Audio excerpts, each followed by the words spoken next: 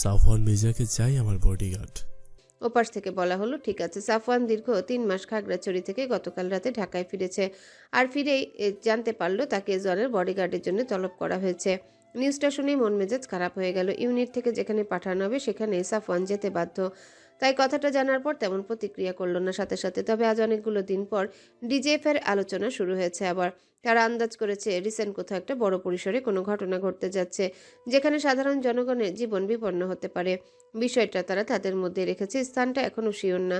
বেশ কয়েক জায়গায় এবার বড় পরিসরে সমাবেশ হচ্ছে রাজনৈতিক দলগুলোর। ডিজিএফআইয়ের প্রধান এজেকে নক করলো। এজে পাল্টা রেসপন্স করে জানালো সে সজাগ আছে বিষয়টা নিয়ে। খুব সম্ভবত ঢাকাতেই হতে পারে বোমা হামলা, আর হামলাটা হয়তো অভ্যন্তরীণ কোনো রাজনৈতিক দল থেকে আসতে পারে না। ডিজিএফআইয়ের প্রধান জিজ্ঞাসা করলো, তুমি কি সশরীরে উপস্থিত থাকবে সেখানে? এজে কথা সম্পূর্ণ শেষ করতে না দিয়েই বলল, থাকবো উপস্থিত, চিন্তা করবেন না। ফোর্স রেডি তো? হুম। তাহলে বাকিটা আমি সামলে দিচ্ছি। ডিজিএফআইয়ের প্রধান একটু স্বস্তি পেল। ওপর মহল থেকেও বারবার সতর্ক করছে রাজনৈতিক সমাবেশগুলোতে যেন কোনো সহিংসতা না হয়, তাহলে জনগণের উপর এর প্রভাব পড়বে, যা রাজনীতির জন্য কাল হয়ে দাঁড়াবে। শীতকাল, আকাশে নেই কোনো রূপালী থালার মতো সুন্দর চাঁদ, নেই কোনো ঝিলিমিলি করে জ্বলতে থাকা আকাশ ভর্তি তারা। আছে শুধু তীব্র ঘন ধোয়ার মতো কুয়াশা আর গা কাঁপানো ঠান্ডা বিস্তার খোলা মাঠ।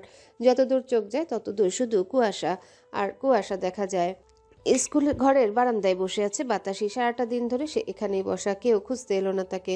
ওড়না দিয়ে শরীর ঢেকে রেখেছে যাতে শীত কম লাগে, কিন্তু এই পাতলা ওড়না যে তা মানতে নারাজ। থেকে থেকে আসা একটা দমকা হাওয়া বাতাসির শরীর সহ অন্তরাত্মা পর্যন্ত কাঁপিয়ে দিচ্ছে। বাতাসির এ চেয়েও আর আটকে রাখতে পারছে না, চোখের জল হুহু করে কেঁদে তার জীবনকে নিয়ে অভিযোগ তুলে বলল, দুঃখ, তুই তোর আম্মারে বলিস তুই একটা বেহায়া নির্লজ্জ ছ্যাচরা শয়তান।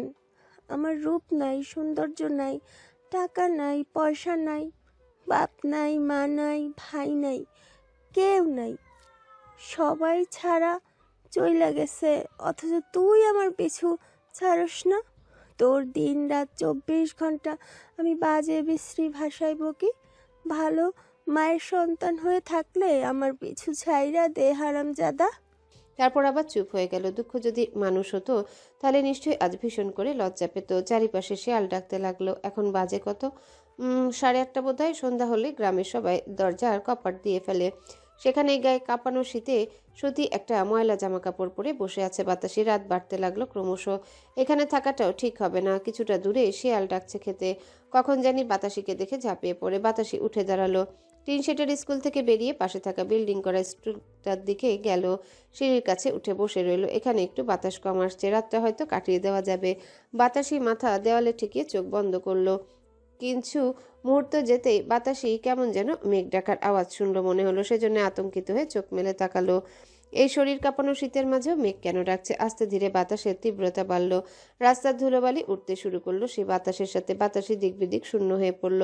এই শীতে বৃষ্টি নামলে তো বাতাসি ভিজে যাবে। সিঁড়ি দিয়ে নামতে নামতে আকাশের বুক চিরে হাজির হলো ঝুম বৃষ্টি। বাতাসির সর্বাঙ্গ ভিজে গেল সেই বৃষ্টির পানিতে। এই বৃষ্টির ফোঁটাগুলো মনে হলো যেন সূচের মতো করে বিঁধতে লাগলো। বাতাসি এবার ভেজা মাটিতে বসে শব্দ করে কেঁদে উঠল। এই বাতাসিকে মানুষগুলোর সাথে সাথে প্রকৃতিও এইভাবে তুচ্ছ তাচ্ছিল্য করছে। তারা কি জানে না বাতাসের কি অবস্থা? জেনেও কেন বৃষ্টি নিয়ে হাজির হলো মানুষ? মনে হয় না কারো বাতাসিকে।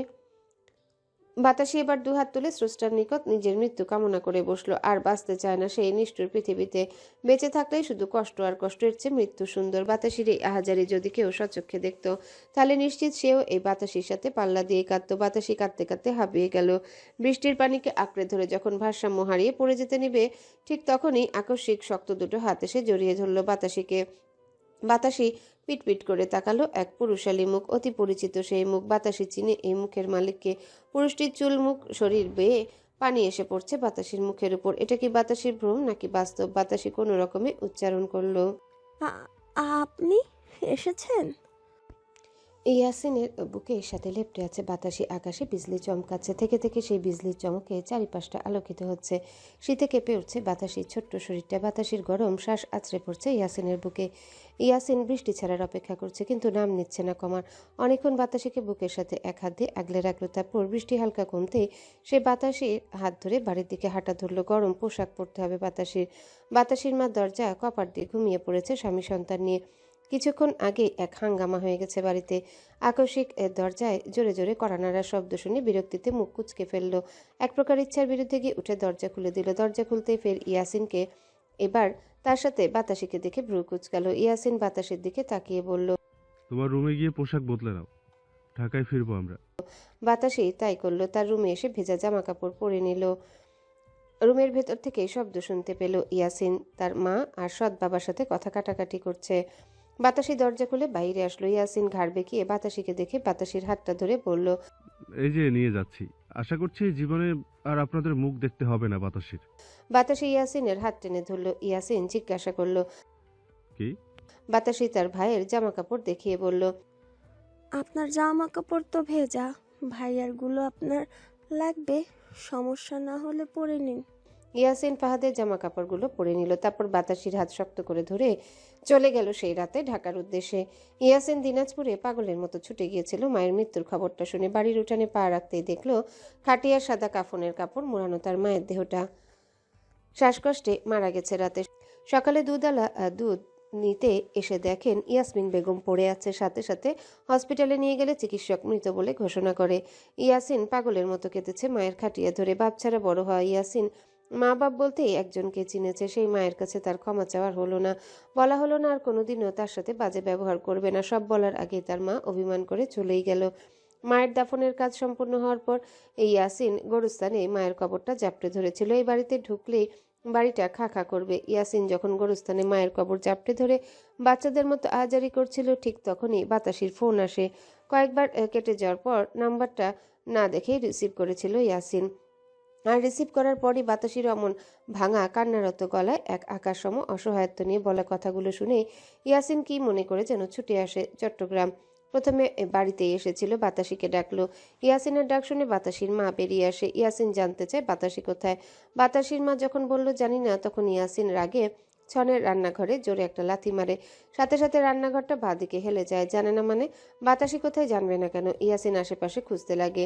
যে ফোন নাম্বার থেকে কল এসেছিল সেই নাম্বারে কল লাগায়। তখন জানতে পারে বাতাসিকে সে স্কুল ঘরের দিকে যেতে দেখেছে। ইয়াসিন স্কুল ঘরের দিকে ছুটে আসে। বৃষ্টির মধ্যে বাতাসিকে আহাজারি করে কাঁদতে দেখে তার বুকের ভেতরটায় হুট করে মোচড় দিয়ে ওঠে। মায়া লাগলো তার, নিজেকে অপরাধী মনে হলো। ইয়াসিন দৌড়ে ছুটে এসে আগলে নেয় বাতাসির ছোট্ট পাতলা দেহটাকে। বাতাসি তখন ইয়াসিনের ভরসাযোগ্য এই বুক পেতে এলোমেলো কণ্ঠে বলতে থাকে, আপনি এসেছেন, এসেছেন আপনি। আমি এতিম, আমার কেউ নেই। আমি কালো বলে আপনারা সবাই আমাকে এত তুচ্ছ-তাচ্ছিল্য করেন। এত নিষ্ঠুর কেন আপনারা? একটু কি দয়া করে আমাকে আপনার সাথে রেখে দেওয়া যায় না? কাঁদতে কাঁদতে চোখের জল ফুরায়, অথচ আমার দুঃখ ফুরায় না। ইয়াসিন তখন বাতাসির পিঠে হাত রেখে বলেছিল, আমি আছি, কেঁদো না আর। উর্মিকে নিয়ে ইব্রাহিম এসেছে আজ সুলতান নিবাসে। সমাবেশের কাজে ইব্রাহিম বিজি থাকবে। উর্মির খোঁজ খবর সময়ের অভাবে নিতে পারবে না বলে নিবাসে আনলো। এখানে থাকলে মেহরিনের সঙ্গে থাকবে, চিন্তামুক্ত থাকতে পারবে ইব্রাহিম। ইব্রাহিম একটু পরপর এসে উর্মিকে জিজ্ঞাসা করছে কি খাবে, খারাপ লাগছে কিনা, হাঁটতে বের হবে কিনা। উর্মি মাঝে মধ্যে এটা ওটা খেতে চাচ্ছে, আর ইব্রাহিম ফোনে অর্ডার করে সেসব আনাচ্ছে। এই প্রেগনেন্ট অবস্থায় আইসক্রিম খেতে চাইলেও মানা করে না ইব্রাহিম। মেহরিন অবাক হয়, কেমন ধরে ধরে নিয়ে হাঁটে। আবার একটু পরপর হট ওয়াটার এনে দেয়, ঠান্ডা পানি খেতে দেয় না। একদিক দিয়ে আইসক্রিম খাওয়ায়, আবার অন্য দিক দিয়ে গরম পানি খাওয়ায়। বিকালের পরপর উর্মির স্যুপ খেতে ইচ্ছা করলো খুব। ইব্রাহিম ফোনে অর্ডার করতে চাইলো, উর্মি মানা করলো। সে ইব্রাহিমের হাতে খেতে চায়। ইব্রাহিম একবারও বলল না যে আমি পারবো না। বইয়ের কথা শুনে চুপচাপ সোজা রান্নাঘরে গিয়ে ফোনের ইউটিউব থেকে ভিডিও বের করে বানাতে লাগলো। এজওয়ানের ভাইকে এমন রান্নাঘরে দেখে চোখ কপালে, কি সব মেয়েলি কারবার। এজওয়ান সোফায় বসে বলল, ভাইয়ে এক মুখ কফি দিও তো। ইব্রাহিম ভ্রু কুচকালো। তাকে কি কাজের লোক পেয়েছে নাকি এজওয়ান যে ফরমাইশ করছে? এজওয়ান ভাইয়ের সারা শব্দ না পেয়ে ফের বলল, কি হলো, আওয়াজ আসছে না কেন রান্নাঘর থেকে? কফি কি দিবে না নাকি? ইব্রাহিম রেগে বলল, হতচ্ছাড়া, তোর চাকর আমি, বানিয়ে খা নিজেরটা। আমি কাজ করছি দেখছিস না? সোলেমান বাহির থেকে ভেতরে আসছিল। ইব্রাহিমকে রান্নাঘরে দেখে চোখ মুখ কুচকালো। What is this? Ibrahim soup বলে বেড়ে বলল। বউ খেতে চাইলো, সেজন্য এসেছি রান্নাঘরে। উল্টাপাল্টা ট্যাগ দিবি না, খবরদার। ইব্রাহিম সুপ নিয়ে চলে গেল। সোলেমান রুমে চলে গেল। এজওয়ান মাহির নাম ধরে কপার ডাকলো। মেহেরিন সেই ডাক শুনে বলল। আপু বাসায় নেই ভাইয়া। এজওয়ান কপালে দু ভাঁজ পড়ল কথা শুনে। নেই মানে? কোথায় গেছে বলে গেছে? না, কার যেন একটা ফোন আসলো, তারপর কথা বলতে বলতে চলে গেল। এজওয়ান পকেট থেকে ফোনটা বের করে কল দিল মাহিকে। সুইচ অফ বলছে। এজওয়ান কিছুক্ষণ ফোনের দিকে তাকিয়ে থাকলো। চোয়ালদয় অলরেডি শক্ত হয়ে গেছে তার। এজওয়ান রুমে চলে গেল সোজা। সন্ধ্যার পর মাহি নিবাসে ফিরে ক্লান্তি ভঙ্গিতে রুমে ঢুকে আবিষ্কার করে এজওয়ান সোফায় দু পায়ের মাঝখানে দুহাত একত্র করে বসে আছে, থমথমে মুখের ভঙ্গিমা। মাহি হাতের ব্যাগটা বিছানায় রেখে ওয়াশরুমের দিকে যেতে নিলে এজওয়ান মাহির দিকে তাকিয়ে প্রশ্ন ছুড়ে দিয়ে বলে। কোথায় গিয়েছিলেন? এজওয়ানের প্রশ্নটা শুনে মাহি কিঞ্চিত ঘাড় বেঁকিয়ে এজওয়ানের দিকে তাকিয়ে বলল। আপুর বাসায়। এজওয়ান ঠোঁটের কোণে তাচ্ছিল্যের হাসি ফুটে উঠল, বিড়বিড় করে বলল। মিথ্যাবাদী। কিছু বলবেন? এজওয়ান বসা থেকে উঠে চলে যেতে যেতে বলল। না। দরজা অবধি গিয়ে ফের থেমে গেল। উল্টো ঘুরে মাহির কাছে এসে এক হাত দিয়ে মাহির কোমর টেনে নিজের সাথে মিশিয়ে নিয়ে বলল। তুমি নিজেকে খুব চালাক মনে করো, তাই না? তুমি নিজেকে যেই জালে মাছ ভাবছো মাহি, আমি একজন কিন্তু সেই জালের স্রোতে বিপরীতে চলার নাবিক। So be careful. মাহি ভ্রু কুচকালো এ কথা শুনে। মানে? মানেটা হলো নিজেকে জাহির করা আর চালাক ভাবা এক জিনিস না। চালাকেরও একটা সীমা আছে, তারপরে কিন্তু সেটাকে বোকামি বলে। তাই বোকার মতো কোনো কাজ করো না, যার জন্য ভবিষ্যতে তোমাকেই বিপদে পড়তে হয়। আমি বেঁচে থাকা অবধি না হয় তোমার বাঁচিয়ে দিব, তারপর তারপর বাঁচাবে কে? এমন পেঁচিয়ে কথা বলছেন কেন? কিসের বিপদ, কিসের চালাকি? এজওয়ান ছেড়ে দিল মাহিকে। যাও নিজের কাছে যাও, বাকিটা আমি দেখে নিচ্ছি। এজওয়ান চলে গেল। মাহি কিছুক্ষণ দাঁড়িয়ে থেকে তারপর ওয়াশরুমে চলে গেল।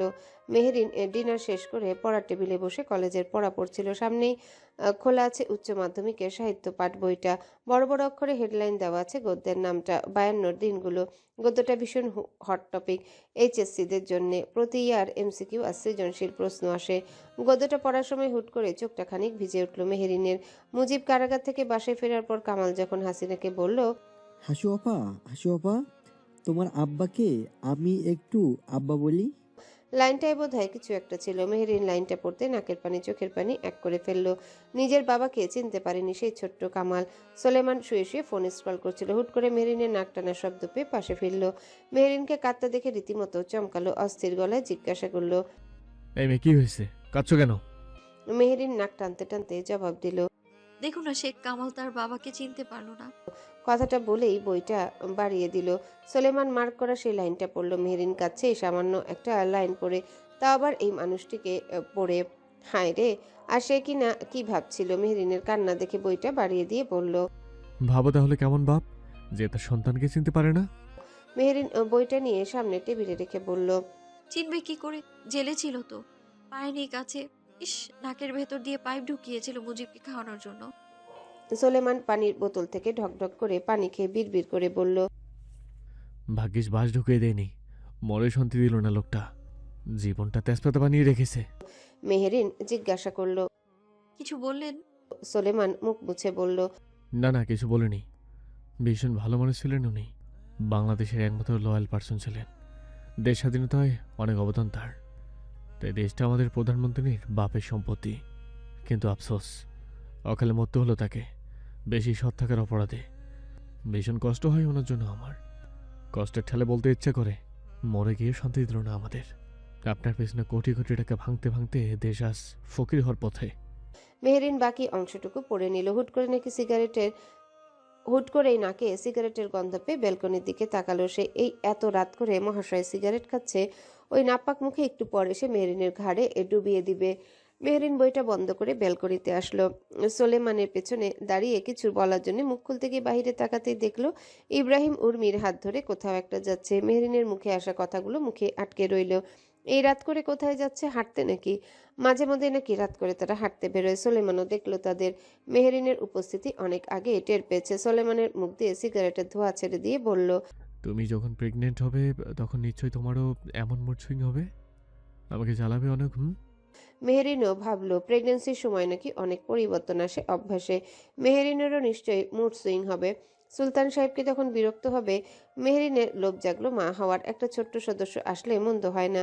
মেহেরিন আনমনেই বলে উঠল, আমার বাচ্চা লাগবে সুলতান সাহেব, আমি বাচ্চা নিতে চাই। মেহেরিনের এমন কথা শুনে চকিত মাথা ঘুরিয়ে মেহেরিনের দিকে তাকালো সোলেমান। সেও ভাবছিল বাচ্চা নেওয়ার কথা, কিন্তু কয়টা নিবে বাচ্চা এক্স্যাক্টলি সেটা নিয়ে কনফিউজ ছিল। হাতে থাকা সিগারেটটা তৎক্ষণাৎ ফেলে দিয়ে পরনে থাকা শার্টের বোতাম খুলতে খুলতে এগিয়ে এসে মেহেরিনকে পাজা কোলে করে রুমে নিয়ে যেতে যেতে বলল, আমি রেডি তোমায় বাচ্চা দিতে। বলো কতগুলো বাচ্চা নিতে চাও তুমি? 1 হালি, 2 হালি নাকি 3 হালি? তুমি যত বলবে আমি ততগুলো বাচ্চা দিতে প্রস্তুত। ইচ্ছে করলে 20-25টাও চাইতে পারো, আই হ্যাভ নো প্রবলেম। আশা করছি 20-25টাতেই আমাদের হয়ে যাবে। এতেও কম মনে হলে আরও নেওয়া যেতে পারে, কি বলো? তোমার ক্যারি করতে কোনো প্রবলেম নেই তো মিসেস সুলতানা? মেহেরিন বিজলিনে চমকে উঠল। এ লোকের মাথা ঠিক আছে? 20 থেকে 25টা বাচ্চা? মেহেরিনকে কি মানুষ ভাবছে না নাকি? একটাই কি যথেষ্ট মনে হচ্ছে না তার? ক্যারি তো আর তার করতে হবে না, সেজন্য বলতে পারছে 20-25টা। সোলেমান মেহেরিনকে নিয়ে বিছানায় শুইয়ে দিল। সোলেমান এবার বাপ ডাকার রেসে নামবে। মেহেরিনের কানের কাছে মুখটা নিয়ে ফিসফিস করে বলল, কামান মিসেস সুলতানা, ইয়াসিন হাত লেটস টেনে স্টার্ট। বসালো। মেহেরিন লজ্জায় অন্যদিকে ফিরে গেল। সোলেমান মুচকি হেসে রুমের বাতি নিভিয়ে এগিয়ে গেল মেহেরিনের কাছে। তারপর যা হওয়ার তাই হলো। তবে যা হলো তা বর্ণনা করে শব্দের অপচয় করতে চায় না। বুদ্ধিমান পাঠকদের জন্য ইশারাই কাফি হ্যায়। বাতাসিকে নিয়ে ঢাকায় আসতে আসতে ভোর হয়ে গেল ইয়াসিনের। বাড়ির দরজা খোলা আছে। ইয়াসিন ভিতরে ঢুকে দেখলো লিভিং রুমে শুয়ে আছে তার কালো রঙের কুকুর টাইসন। ইয়াসিনকে দেখা মাত্রই এগিয়ে এসে ঘুরঘুর করতো। বাতাসি আগে দেখেনি কুকুরকে। ইয়াসিন বাতাসিকে চট্টগ্রামে রেখে আসার পরই এটা সাক্ষাৎ পেয়েছে। বৃষ্টিতে ভিজেছিল বলে আশ্রয় দিয়েছিল।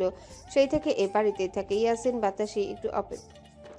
বাতাসিকে একটু অপেক্ষা করতে বলে হোটেলে গেল খাবার আনতে। 2 দিন হলো ইয়াসিনেরও পেটে কিছু পড়েনি। ভাত, করলা ভাজি, ডাল, মাংস নিয়ে আসলো। বাসায় এনে প্লেট বেড়ে বাতাসিকে খেতে বললে বাতাসি মাথা নত করে বলল, আমার ক্ষুধা নাই, আপনি খান। আমি জানি কিচ্ছু খাওনি, খেয়ে নাও। আমি আছি তো বলছি। ইনশাল্লাহ না খাইয়ে রাখবো না, যখন যা পারি এনে খাওয়াবো। বাতাসি চুপচাপ খেতে লাগলো। খাওয়া শেষে ইয়াসিন বাতাসিকে নিয়ে নিউ মার্কেটে গেল। এই প্রথম কোনো বড় মার্কেটে আসলো বাতাসি। ইয়াসিন বাতাসিকে মেয়েদের সাইডে নিয়ে গিয়ে বলল, যা যা লাগবে পছন্দ করো। বাতাসির অস্বস্তি হতে লাগলো। ইয়াসিনের এমন সরল ব্যবহার ঠিক হজম করতে কষ্ট হচ্ছে।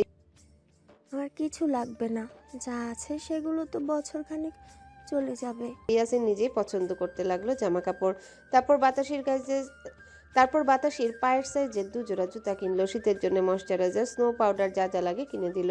কেনাকাটা শেষে তারা দুপুরে লাঞ্চটা রেস্টুরেন্টে করে তারপর রাতের খাবার নিয়ে একেবারে বাড়ি ফিরে বাতাসি এক এক করে উল্টে পাল্টে দেখে জামা কাপড়গুলো অনেক দামি। এসব এত দামি পোশাক কিনে দিয়ে ঋণ বাড়িয়ে দিচ্ছে ইয়াসিন। বাতাসির অল্প অল্প করে শোধ করে দিতে হবে কাজ পেয়ে গেলে। রাতে তারা দুজন রুমে ঘুমালো ডিনার করে। ডিনারে তারা যা খেয়েছে সেম খাবার কুকুরকেও দিয়েছে ইয়াসিন খেতে। বাতাসি একবার তাকিয়েছিল কুকুরটার দিকে। কুকুরটা তার চেয়েও কালো, অথচ কত মূল্য পাচ্ছে। সকালে ভোরে ইয়াসিন ফজরের নামাজ সেরে বাজারে যায় বাজার করতে। হোটেল থেকে খাবার খেয়ে কুলানো যাবে না টাকায়। মাছ, মাংস, চাল, ডাল, সবজি, মশলাপাতি সব কিনে আনে। বাতাসি তখন ঘুমিয়েছিল। ইয়াসিনের ডাক শুনে বেরিয়ে এসে এত এত বাজারের ব্যাগ দেখে অবাক হলো। ইয়াসিন হাত ধুতে ধুতে বলল, কাটতে পারবে? বাতাসি এগিয়ে গিয়ে বলল, জি পারবো। আচ্ছা তাহলে সকালের নাস্তাটা করে তারপর কাটাকাটি করতে বসো। টেবিলে রাখা আছে পরোটা আর ডাল। আমি আসছি। কোথায় যাচ্ছেন? কার্ড থেকে টাকা তুলতে। নগদ টাকা নেই, আর সব শেষ। বাতাসি আর কিছু বলল না। ইয়াসিন চলে গেল। বাতাসি নাস্তা করে তারপর কাটাকাটি করতে বসলো। ইউএসএ নিয়ে আসার পর সামিরের হাতে কৃত্রিম আঙ্গুল লাগানো হয়েছে। তবে এই হাত দিয়ে ভারী কোনো কাজ করতে পারবে না। খুবই পাতলা, স্বল্প পরিমাণে কাজ করতে পারবে। শেখরের ইচ্ছে করছে ওই এজওয়ানকে মেরে তাকেও এমন যন্ত্রণা দিতে। এজওয়ান যদি একবার জানতে পারতো সামির ভাই তাকে নিয়ে এসব ভাবছে, তাহলে নিঃসন্দেহে বেটা বিরস মুখে বলতো, অবস্থা খারাপ করলো ভাইজান, মারলো কাটলো ভাইজান, আমি জাস্ট একটু মুখটাতে মুতে দিছি, তাই বলে সব দোষ আমারও হয়ে যাবে এভাবে? আগে জানলে তো হাগু করে দিতে মোর মুখে। শেখর কাউকে একটা ফোন করলো। ওপাশ থেকে ফোন রিসিভ হতে শেখর বলল, এজওয়ান সুলতানের সম্পর্কে সকল ডিটেলস আমার চাই। ওপাশ থেকে একটা পিডিএফ আসলো। শেখর ওপেন করে জানতে পারলো এজওয়ান রাজনীতিতে ঢুকছে আর সামনের একটা সমাবেশের মাধ্যমে তার রাজনীতিতে আগমনের বিষয়টা পাবলিকালি প্রকাশ করা হবে। শেখর দাঁত চেপে বলল, সমাবেশটা যেন শান্তি মতো না হয়। ওপাশ থেকে জবাব আসলো, ডোন্ট ওয়ারি, সব ব্যবস্থা শেষ। আশা করছি এজওয়ান সুলতানের সর্বপ্রথম ও সর্বশেষ সমাবেশ হবে এটা। শেখরের মুখে হাসি ফুটলো। গুড। আমি যতক্ষণ না এই নিউজটা শুনতে পাচ্ছি ততক্ষণ অবধি শান্তি পাবো না। সমাবেশটা কবে? 5 দিন পর। সবটা যেন প্ল্যান মাফিক হয়। ওর মৃত্যুর খবরটা কনফার্ম হওয়া চাই। সুলেমানের কাছের মানুষকে এক এক করে ওর থেকে দূরে সরিয়ে দিতে পারলে তবেই আমার জ্বালা মিটবে। ক্লাসরুমে বসে আছে মেহেরিন আর উর্মি। ক্লাসের বাকি মেয়েগুলো বারবার মেহেরিনের সাথে কথা বলতে এসেও ফিরে ফিরে যাচ্ছে। ঠিক কিভাবে শুরু করবে সেটা বুঝছে না। এক মেয়ে মেহেরিনের সামনে দাঁড়িয়ে বলল, মেহেরিন, তুমি সুলেমান সুলতানের কি হও? মেহেরিন আকস্মিক এমন প্রশ্ন শুনে ভ্রু কুঁচকাল। মেহেরিনকে চুপ থাকতে দেখে মেয়েটা বলল, কি হলো বলো, কি হও? বোন নাকি ভাগ্নি নাকি ভাস্তি? মেহেরিনের রিয়াকশন এবার আকাশ ছুঁই। এরা বউকে বোন, ভাগ্নি, ভাস্তি বানিয়ে দিচ্ছে। পাশ থেকে উর্মি বলল, এই মাথা ঠিক আছে তোমাদের? কি বলছো এসব? কোনো ভুল কিছু জিজ্ঞেস করেছি আমি? কি লাগে সুলেমান সুলতানের মেহেরিন? সুলেমান সুলতানের উর্মি বাকি কথাটা শেষ করতে পারল না। সোলেমান ঢুকে পড়ল ক্লাসে। ছাত্রছাত্রীরা যার যার জায়গায় বসে পড়ে। সোলেমান বায়োলজির বইটা নিয়ে জিনতত্ত্ব অধ্যায়টা পড়াতে শুরু করে। আজকের টপিকগুলো ম্যান্ডেলের নিয়ম সমূহ, পানেট স্কোয়ার, ডিএনএর গঠন, প্রোটিন তৈরি, মিউটেশন, মিওসিস, লিঙ্গ নির্ধারণ। সোলেমান হোয়াইট বোর্ডে মার্কার দিয়ে চিত্র সহকারে বুঝিয়ে দিচ্ছে। এক ছাত্রী হাত উঁচু করে বলল, স্যার, আমার একটা কোয়েশ্চেন আছে। সোলেমানের লেখা থেমে যায়। পেছনে না ফিরেই বলে, টেল মি। স্যার, আমাদের সমাজে তো নারীদের গর্ভ থেকে কন্যা শিশু জন্ম নিলে তার পুরোপুরি দোষ দেওয়া হয় সেই নারীকে, কিন্তু আদেও কি সেই নারীর কোনো দোষ আছে এতে? আমি এখনো সেই টপিকে যাইনি, যখন যাব তখন বুঝিয়ে দেব। Sit down. মেয়েটা বসে পড়ল। সোলাপ টপিক শেষ করে লাস্টে আসলো লিঙ্গ নির্ধারণ টপিকে। সোলেমান বলতে লাগলো, আমাদের সো কল্ড সমাজে মূলত একটি নারীর গর্ভে থেকে কন্যা সন্তান জন্ম নিলে তার দোষ পুরোটা নারীর উপরে পড়ে যায় এবং সেই ঘটনাটার জন্য ডিভোর্স অবধি হয়। এই কন্যা সন্তান হওয়ার জন্য কোনোভাবেই নারী দোষী হতে পারে না, তার জন্য দোষী একজন পুরুষ। কিভাবে সেটা বিস্তারিত বলছি। একটা অনগত বাচ্চার লিঙ্গ নির্ধারিত হয় তার বাবাকে দিয়ে। পুরুষের সাথে XY কর্মযোজন আর নারীর সাথে XX কর্মযোজম। মেয়ে যেহেতু দুটো ক্রোমোজোম এক্স, সেজন্য মা X ক্রোমোজোম দিতে পারে, আর বাবা যেহেতু আলাদা আলাদা XY ক্রোমোজোম, সেজন্য বাবা হয় শুধু X দেয়, আর তা না হলে শুধু Y দেয়। বাবার তরফ থেকে Y হলে সেই দাম্পত্য ছেলে হয়, আর X হলে সেটা হয় মেয়ে। ক্লিয়ার হয়েছে এখন? সবাই মাথা নাড়িয়ে হ্যাঁ জানালো। সোলেমান পড়ানোর মাঝে খেয়াল করেছে তার লেদা বইয়ের দিকে টানা 20 মিনিট 22 সেকেন্ড ধরে একটা ছেলে তাকিয়ে আছে।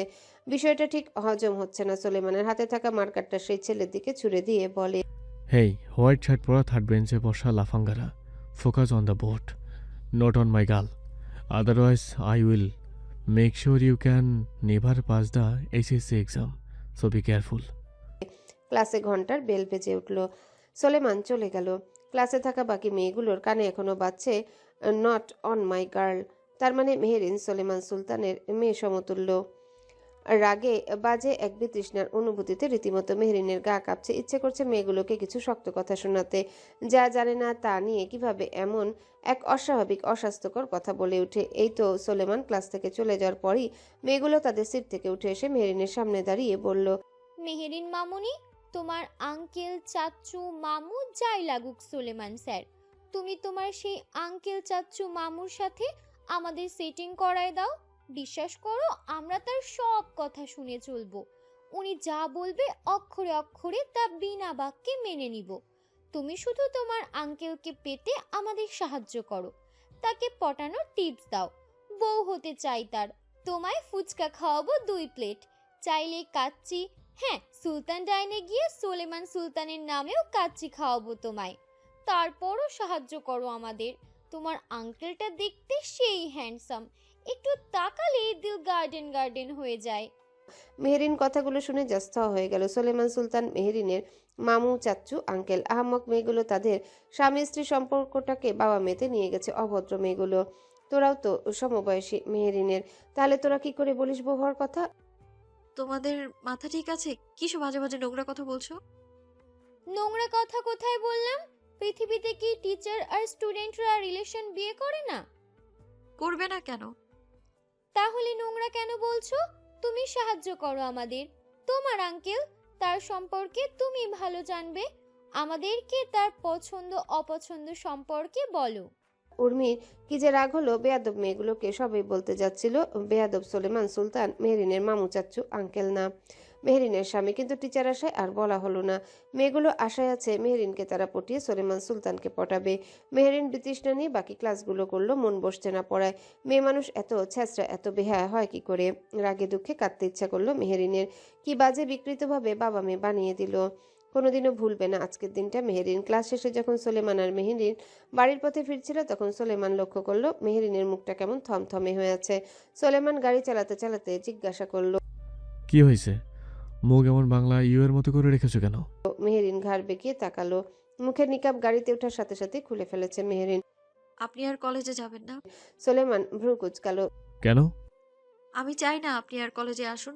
আমি এও চাই না আমাকে বাজে কোনো অস্বাস্থ্যকর কথাবার্তার সম্মুখীন হতে হোক। কে কি বলেছে? নামটা বলো শুধু। আপনার স্টুডেন্টগুলো। সোলেমানের কপালে দুভাঁজ পড়ল। আমার স্টুডেন্টগুলো কি করেছে তারা? এখনো কিছু করেনি, সামনে করবে। এখন শুধু বলেছে কি?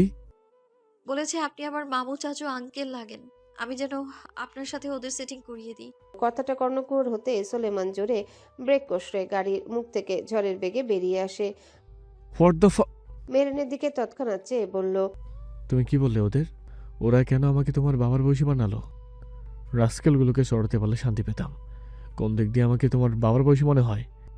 জামাই কেন ভাবলো না? জামাই ভাবতে সমস্যা কি তাদের? ভেবেছে তো জামাই। তাহলে বাবা কেন বললো? বাবা তো বানিয়েছে আমার, আর জামাই বানাচ্ছে আপনাকে তাদের। অসভ্য মেয়েগুলো। এখন কি টি শার্টের পেছনে বড় বড় করে লিখে দেব মেহেরিন তাসনুবা আমার বউ? বউকে কেন মেয়ে বানাচ্ছিস? তোর পাপির দল। ঠাটা পড়ুক সরাসরি তাদের পাপিষ্ট মুখে। সবটাকে পিঠে এসে ফেল দেব। তুমি কিছু বলো নাই? বলার আগে স্যার চলে এসেছিল। আমার ভীষণ অস্বস্তি হয়েছে এসব শুনে। আপনি বিবাহিত, এটা জানে না কেউ। বউ না হয় আমি, সেটাও অজানা থাকতে পারে, বাট আপনি তো একজন পপুলার ফিগার। ওরা তো আপনাকে ফলো করে শুনেছি, তাহলে অজানা থাকে কি করে? সোলেমান কপালে বৃদ্ধা আঙ্গুল স্লাইড করতে করতে বলে, আমি পাবলিকলি অ্যানাউন্স করিনি যে আমি বিবাহিত। হাতে কোনো কয়েকজন জানে শুধু। মেহেরিন কথাটা শুনে ভ্রু কুঁচকাল। বিয়ের বয়স তাদের 2 বছর হতে চলল, আর তার স্বামী এখনো পাবলিকলি জানায়নি সে বিবাহিত। মেয়েগুলো তো তাহলে সিঙ্গেল ভেবে নজর দিবে। মেহেরিন আর কোনো কথা বলল না সারা রাস্তা। সোলেমান বুঝলো বউ বিষয়টা নিয়ে হেব্বি রেখে আছে। নিবাসে ফিরেই ফোনটা নিয়ে তার অ্যাকাউন্টে ঢুকে একটা ম্যারিড স্ট্যাটাস দিল। বিয়ের ডেটও দিল 2020 সালে জুন মাসের 26 তারিখ। সাথে সাথে রিয়েক্ট, কমেন্ট, শেয়ারের বন্যা বসে গেল পোস্টায়। তাদের ক্রাশ বিয়ে করেছে, আর সেটাও 20 সালে, আর সে জানাচ্ছে 22 সালে এসে। অনেকে ভাবছে হয়তো ভুল পোস্ট করেছে, কিছুক্ষণ পর ডিলিট করবে। আবার অনেকে সিরিয়াস হয়ে গেছে। হাঁটুর বয়সী মেয়েগুলো কমেন্ট বক্সে এসে ফিট খেয়ে কাচ্ছে। সোলেমান নোটিফিকেশন মিউট করে দিল। সবাই বইয়ের নাম জানতে চাইছে। কোন মেয়ে যার ভাগ্য এমন সোনা দিয়ে বাঁধা যে সোলেমান সুলতানের বউ হয়েছে। সোলেমানের এই পোস্টার নিয়ে রীতিমতো নিউজ হয়ে গেছে। খবরের চ্যানেলগুলোতে দেখাচ্ছে ঢাকার 8 আসনের এমপি বিবাহিত, আর সেটা 20 সাল থেকে। মেয়ের নাম, ঠিকানা, পরিচয় এখনো অজানা। নেটিজেনরা কিভাবে হাহাকার করছে। অনেকে শুভেচ্ছা জানাচ্ছে। মাহি আর এজওয়ান একত্রে বসে নিউজটাই দেখছিল। অবশেষে পাবলিকলি প্রকাশ হলো খবরটা। মাহি হতাশার সুরে বলল, ইস, মেয়েগুলোর কি কষ্ট হচ্ছে, তাদের ক্রাশ বিবাহিত। এজওয়ান ভ্রু কুচকালো এই কথা শুনে। ভাই, এনি চান্স তোমারও কষ্ট হচ্ছে না তো? আমার কষ্ট হতে যাবে কেন? তোমার চরিত্র তো আবার ফুলের মতো পবিত্র, তাই জিজ্ঞেস করা। শাট আপ এজওয়ান, আপনার মতো না আমি। আমার মতো হতেও পারবা না জীবনে। হতেও চাই না। আমি চাই না তুমি আমার মতো হও। আর শোনো, 27 তারিখ তুমি নিবাসের বাইরে এক পাও রাখবে না। কারণ আছে বলেই তো বলছি। মাহি ভাবলো 27 তারিখ আসলে কি, মনে পড়তে তারপর বলল, 27 তারিখ আপনাদের সমাবেশ আছে, তাই না? আমি শুনলাম আপনি রাজনীতিতে ঢুকেছেন। সবাই ঠিকই শুনেছেন আপনি। তাহলে তো আমাকে যেতেই হবে সমাবেশে। দেখি দ্য গ্রেটেস্ট রেজওয়ান সুলতান মঞ্চে দাঁড়িয়ে কিভাবে বাপ ভাইদের মতো ভাষণ দেয়। মঞ্চে দাঁড়িয়ে ভাষণ দেওয়ার রেকর্ড আছে আমার, তাই চ্যালেঞ্জ ছুড়ে দিও না যখন তখন যাতা বিষয় নিয়ে। আর তুমি বেডি মানুষ সমাবেশে যাইবা কোন বাল ফালাইতে? বেডা মানুষের ঢলাঢলি খেতে, নাকি তোমার এক্স সাফওয়ানকে আমার বডিগার্ড হিসেবে হায়ার করছি তাকে দেখতে কোনটা? মাহি সাফওয়ানের নামটা শুনে যতটা না চমকালো তার চেয়ে বেশি চমকালো সাফওয়ানকে এজওয়ান তার বডিগার্ডের জন্য হায়ার করেছে, ইচ্ছে করে করেছে অসভ্য ছেলে। কি হলো, কথা বন্ধ হয়ে গেল কেন মুখের? আপনি ইচ্ছে করেই সাফওয়ানকে নিজের বডিগার্ড বানিয়েছেন, তাই না? অবশ্যই। সাফওয়ানকে সাফওয়ানের মতো থাকতে দিন। Duty is duty. তার সাথে লুডো খেলার জন্য নিশ্চয়ই হায়ার করা হয়নি। বাংলাদেশের একজন নাগরিক আমি, আমার সুরক্ষা নিশ্চিত করার দায়িত্ব তো তাদের। বাংলাদেশের নাগরিক আপনি? আপনার তো এই দেশের নাগরিকত্বই নেই। নিয়েছি, একসাথে একাধিক দেশে নাগরিকত্ব নেওয়া যায়। কত দেশের নাগরিক আপনি? দুটো নামই জেনে রাখো, বাংলাদেশ আর অস্ট্রেলিয়া। আপনি আস্ত একটা মিস্ট্রি রেজওয়ান সুলতান।